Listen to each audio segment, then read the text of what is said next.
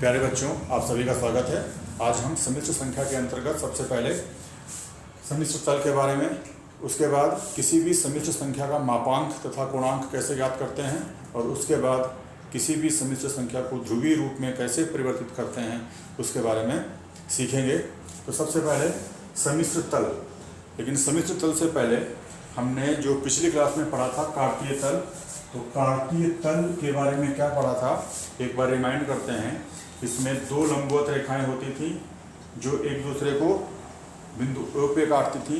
तो जो ये लंबवत रेखाएं हैं, जैसे इन्हें हम x अक्ष और y अक्ष बोलते थे, और जिस बिंदु पे ये दोनों काटती थी इसे हम मूल बिंदु बोलते थे। और ये इसमें 4 पार्ट्स में डिवाइड होता था ये तल, उसे हम बोलते थे चतुर्थांश। ये पहला वाला, ये द्वितीय, ये सेकंड और ये फोर्थ। इसको हम क्वाड्रेंट भी बोलते हैं, first quadrant, second quadrant, third quadrant और फोर्थ क्वाड्रेंट। ये इधर पॉजिटिव होता था, इधर नेगेटिव होता था, इधर फिर से पॉजिटिव होता था और इधर नेगेटिव होता था। देखिए, जैसे फर्स्ट क्वाड्रेंट में एक्स कोऑर्डिनेट और वाई कोऑर्डिनेट दोनों पॉजिटिव आते थे। वो क्यों आते थे? क्योंकि देखिए, एक्स अक्ष इधर पॉजिटिव है और वाई अक्ष इधर पॉजिटिव है। हम फर्स्ट क्वाड्रेंट यानी कि इस तरह की बात कर रहे हैं। इसमें देखिए ये दोनों पॉजिटिव हैं, इसलिए एक्स कोऑर्डिनेट भी पॉजिटिव और वाई कोऑर्डिनेट भी पॉजिटिव। इसमें देखिए सेकंड के लिए जैसे हम लेते थे, सेकंड क्वाड्रेंट में ये देखिए कि एक्स ये तो नेगेटिव है और वाई पॉजिटिव है, तो इसलिए इसमें देखिए एक्स कोऑर्डिनेट नेगेटिव रहता था और वाई कोऑर्डिनेट पॉजिटिव रहता था। इसी तरीके से थर्ड में देखिए ये भी नेगेटिव और ये भी नेगेटिव, तो दोनों नेगेटिव हैं, एक्स कोऑर्डिनेट और वाई कोऑर्डिनेट दोनों नेगेटिव हैं। अब फोर्थ क्वाड्रेंट में ये एक्स तो पॉजिटिव और वाई नेगेटिव होता था, तो ये प्लस और माइनस होता था। जैसे किसी भी बिंदु के निर्देशांक मालूम होते थे तो हमें ये दिखाना होता था, ये बताइए कि इस किस क्वाड्रेंट में स्थित है या किस चतुर्थांश में स्थित है, तो हम इसी तरीके से ज्ञात कर लेते थे।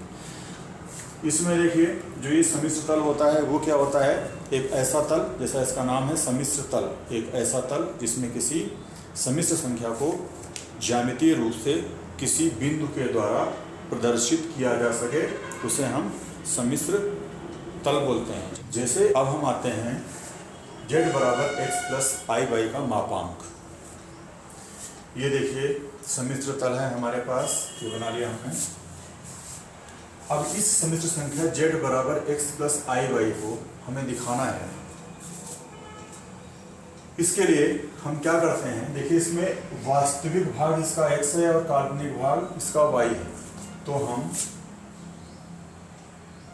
O से यानी कि मूल बिंदु से, ये दोनों पॉजिटिव हैं, x भी पॉजिटिव है और y भी पॉजिटिव है, तो O से x अक्ष की धन दिशा में, ये इधर बताया था मैंने, इधर पॉजिटिव होता है, इधर नेगेटिव होता है, इधर पॉजिटिव होता है, इधर नेगेटिव होता है। तो मूल बिंदु से x अक्ष की धन दिशा में x इकाई की दूरी हम लेते हैं। मान लिया यहाँ पे आ गए हैं।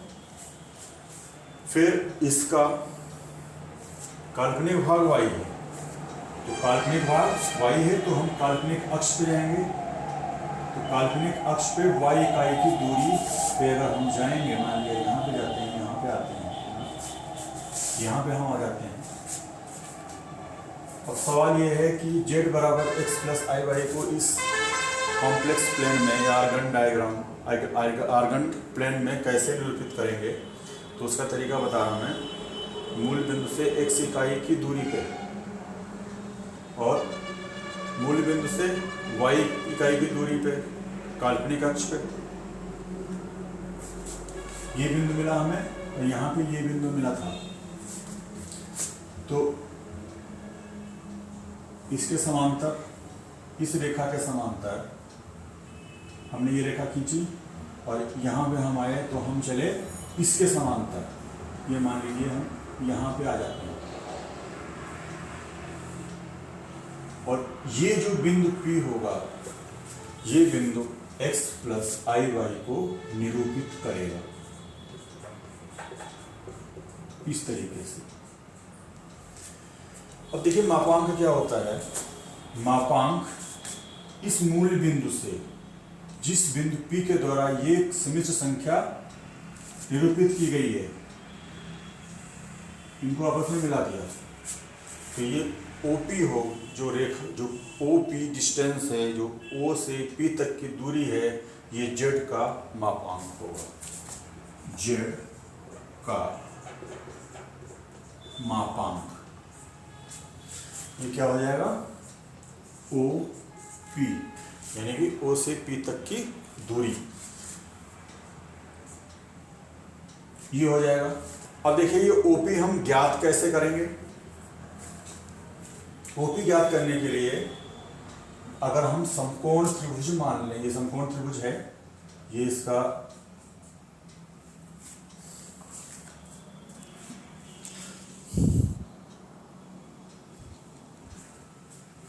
अब हम आते हैं Z बराबर x प्लस आई वाई का मापांक।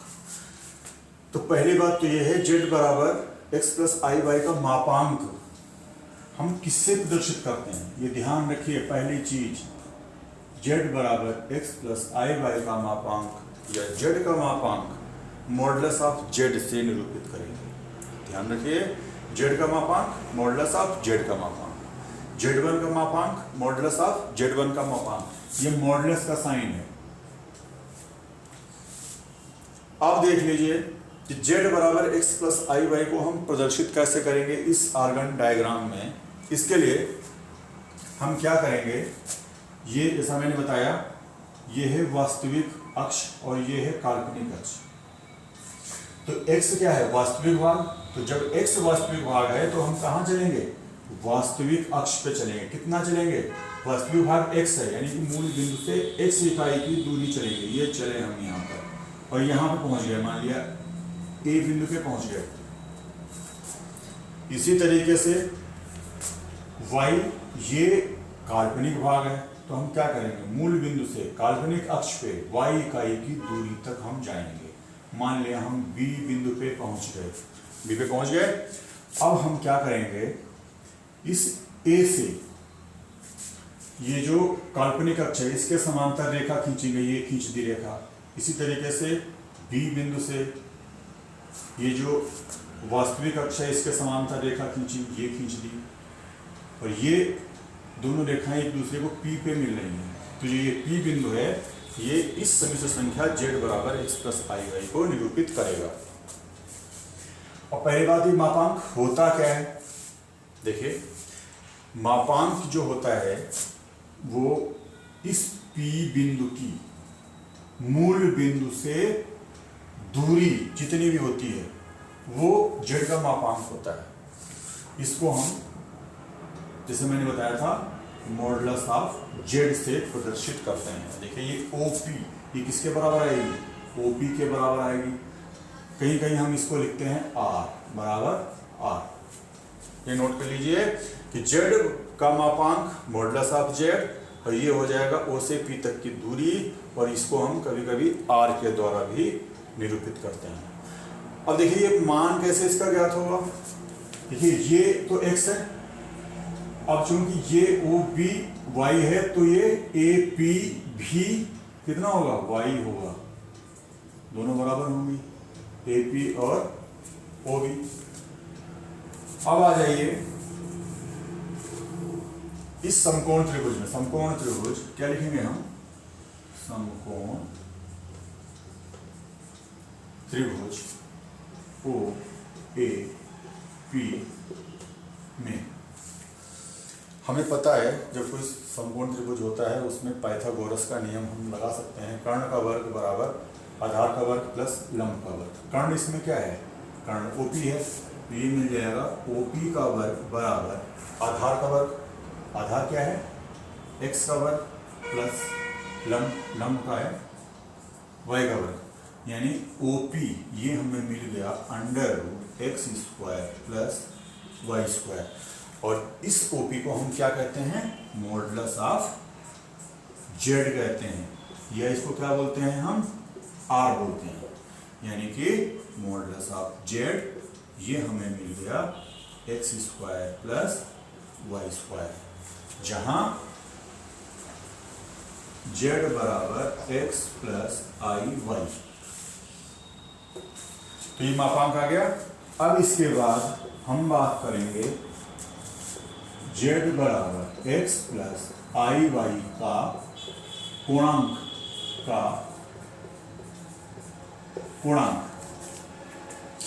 इसी फिगर में देखिए आप, मान लीजिए ये OP एक्स अक्ष की धन दिशा से थीटा कोण बना रही है। एक्स अक्ष की धन दिशा यही तो है, ये एक्स या एक्स अक्ष की एक्स अक्ष की जगह पे क्या बोलेंगे हम, वास्तविक अक्ष। मान लीजिए OP वास्तविक अक्ष की धन दिशा से थीटा कोण बना रहा है। तो त्रिभुज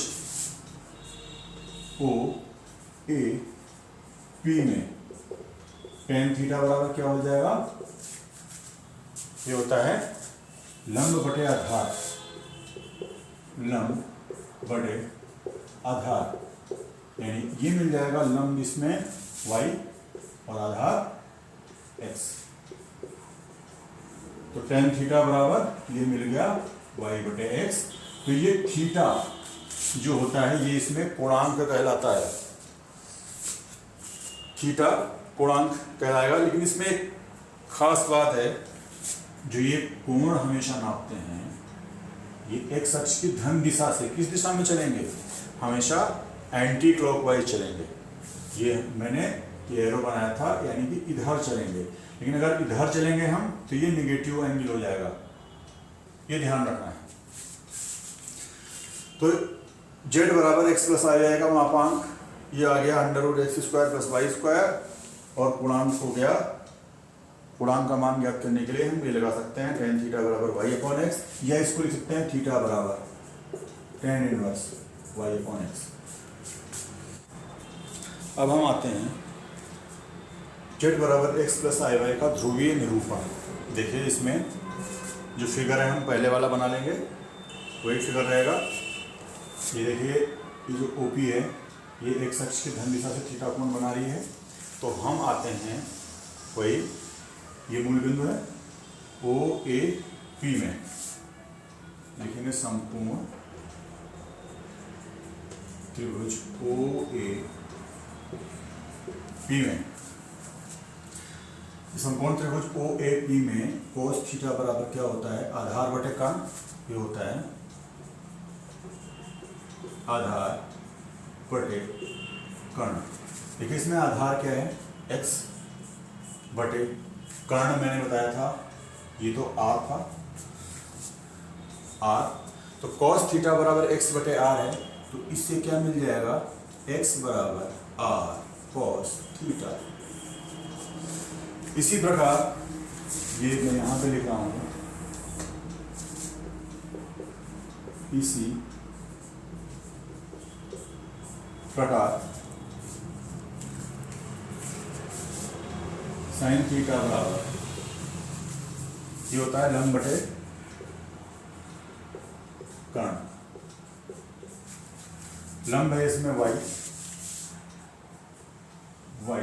बटे कर्ण, और कर्ण की जगह पे r आ जाएगा, यानी कि y बराबर r साइन थीटा।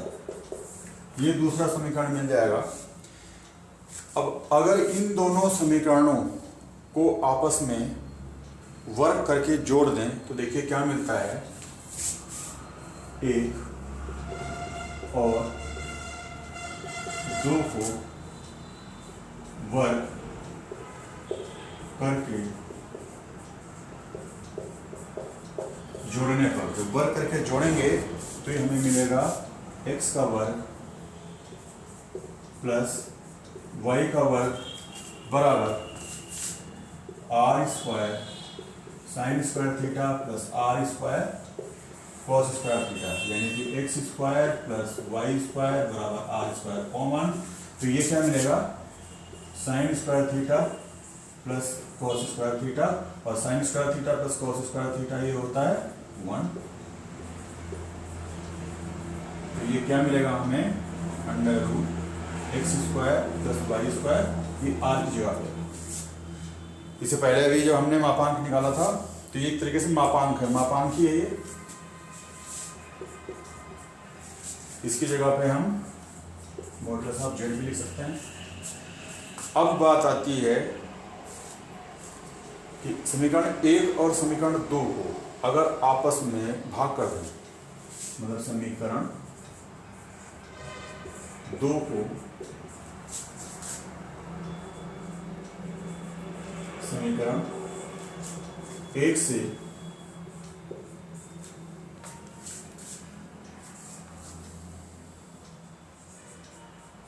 भाग करने पर, जब समीकरण 2 को समीकरण 1 से भाग करेंगे तो ये क्या मिल जाएगा हमें, y/x बराबर r sin थीटा बटे r cos थीटा, r से r कट गया, फिर ये मिल जाएगा y/x बराबर tan थीटा, यानी कि थीटा बराबर tan इनवर्स y/x। ये भी हम कर चुके हैं, ये कोणांक था और ये वाला मापांक था। अब ध्रुवीय रूप में लिखना है तो उसके लिए z बराबर x प्लस आई वाई थी ना हमारे पास सम्मिश्र संख्या, z बराबर x प्लस आई वाई, ये हमारे पास सम्मिश्र संख्या थी। अब देखिए z बराबर x की जगह पे,